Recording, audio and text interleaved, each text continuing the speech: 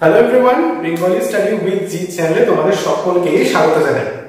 আজকে আমরা যে ভিডিওটা নিয়ে আলোচনা করব সেটা আমাদের কল্যাণী বিশ্ববিদ্যালয়ের ছাত্রছাত্রীদের জন্য কিন্তু খুব গুরুত্বপূর্ণ।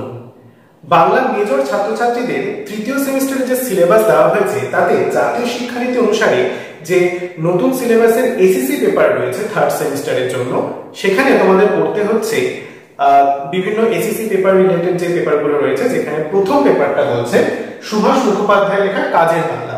এই কাজের বাংলা অংশ থেকে তোমাদের এসিসি পেপারের জন্য কোন কোন গুরুত্বপূর্ণ 5 এবং বড় প্রশ্নের জন্য 8-10 নম্বরের প্রশ্নগুলো পড়তে হবে তাই নিয়ে আজকে আমাদের আলোচনা।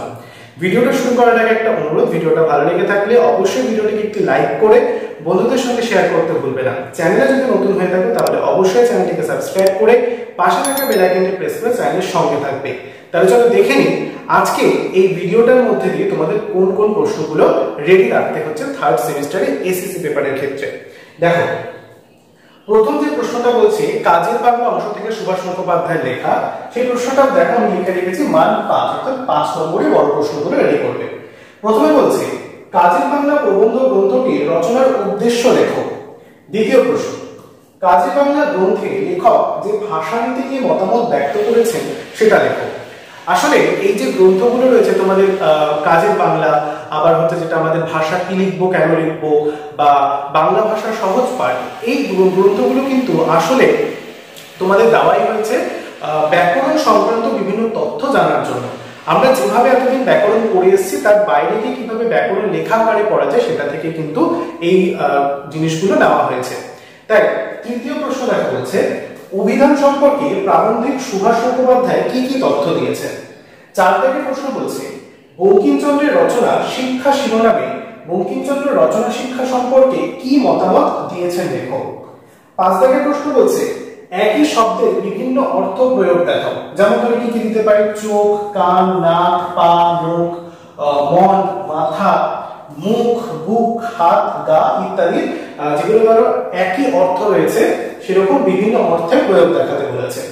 6 দাগের প্রশ্ন বলছে কাজের বাংলা প্রবন্ধে লেখক জানিয়েছেন কিছু সাবেক শব্দ আছে যা আজও কাজে লাগানো যায়। লেখকের দেওয়া সাবেক শব্দের উদাহরণ তুলে ধরো। 7 দাগের প্রশ্ন বলছে প্রাবন্ধিকের নত্য ও সত্য বিধি, যেটাকে আমরা নত্য বিধান এবং সত্য বিধান বলি, সেই নত্য এবং সত্য বিধিগুলি আলোচনা করো প্রবন্ধ অবলম্বনে। 8 দাগের প্রশ্ন বলছে অব্যয় শিরোনামে লেখক কি উদাহরণ দিয়েছেন। পরবর্তী প্রশ্ন কাজের বাংলা প্রবন্ধে সাত ইশারা বলতে লেখক কি বুঝিয়েছেন, এটা একটু ইম্পর্টেন্ট, দাবি রাখবে, বা জ্যোতি চিহ্নের ব্যবহার করে লেখো। 10 দাগের প্রশ্ন বলছে কাজের বাংলা প্রবন্ধে নানা কাজের এক ক্রিয়া, এই শিরোনামে লেখক কি কি উদাহরণ দিয়েছেন তা লেখো। এই গেল তোমাদের 5 নম্বরের 10টা প্রশ্ন। এবার আমরা 10 নম্বরে কি কি করতে হবে সেটা দেখো। প্রথম প্রশ্ন বলছে মান 10-এ বাংলায় আমাদের বেশ কিছু বলচাল, ইংরেজিতে যাকে বলে ফ্রেজ আছে, যা এইভাবে আমাদের হাতছাড়া হয়ে যাচ্ছে, ফলে এই ভাষাটা নিজস্ব মাধুর্য হারিয়ে ফেলছে। এ প্রসঙ্গে লেখকের দেওয়া উদাহরণগুলি সুস্পষ্টভাবে তুলে ধরো। তোমরা চাইলে স্ক্রিনশট নিতে পারো, আগেরটা আমি দিয়ে দিচ্ছি, তোমরা স্ক্রিনশট নিতে পারো। যারা লিখছো তারা তো লিখে নেবে এবং যারা লিখছো না তারা স্ক্রিনশট নিয়ে নেবে। এরপরে যে প্রশ্নটা দেখো, 2 নম্বর প্রশ্ন বলছে রবীন্দ্রনাথ একসময় বাংলা ক্রিয়ার একটি তালিকা করেছিলেন, তার মধ্যে অনেক ক্রিয়াই এখনকার লেখায় তেমন ব্যবহার হতে দেখা যায় না। প্রসঙ্গ উল্লেখ করে দৃষ্টান্ত অর্থসহ তুলে ধরো। 3 দাগের প্রশ্ন বলছে কিছু পরিকর্মা ক্রিয়া আছে যাদের রকম রকম অর্থে ব্যবহার করা যায়, দৃষ্টান্ত সহ দেখো। যেহেতু এগুলো বড় প্রশ্নের অন্তর্গত তাই কিছু কোট লাইনও কিন্তু তোমাদের এখান থেকে উত্তর সহকারে লিখতে হবে। 4 দাগের প্রশ্ন বলছে একসময় ঠাকুমা দিদিমারাই দিতেন এসবের জোগাড়, পরিবার ছোট হয়ে গিয়ে এখন তাতে টান পড়েছে। কোন প্রসঙ্গে লেখক এমন কথা বলেছেন, এই প্রসঙ্গে লেখক কি প্রবাদ প্রবচনের দৃষ্টান্ত দিয়েছেন তা লেখক। এটা ইম্পর্টেন্ট প্রশ্ন এই বছরের জন্য। পরের প্রশ্ন বলছে কারা লিখবে এবং কেমন করে লিখবে সে বিষয়ে তিনি স্পষ্ট করে তার মতামত ব্যক্ত করেছেন। তিনি বলতে এখানে কার কথা বোঝানো হয়েছে, এবং তারপরে প্রশ্ন বলছে এই প্রসঙ্গে লেখক কি জানিয়েছেন তা লেখো।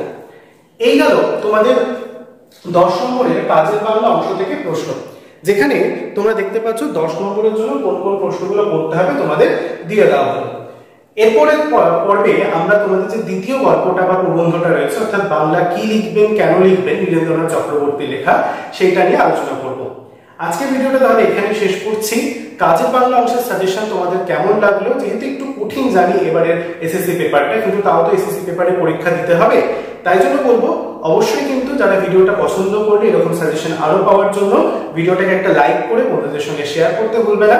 চ্যানেলে যদি নতুন হয়ে থাকো তাহলে অবশ্যই চ্যানেলটিকে সাবস্ক্রাইব করে পাশে থাকা বেল আইকনটি প্রেস করে চ্যানেলের সঙ্গে থাকবে। দেখা হচ্ছে তাহলে পরের ভিডিওতে। সকলে ভালো থেকো, টাটা।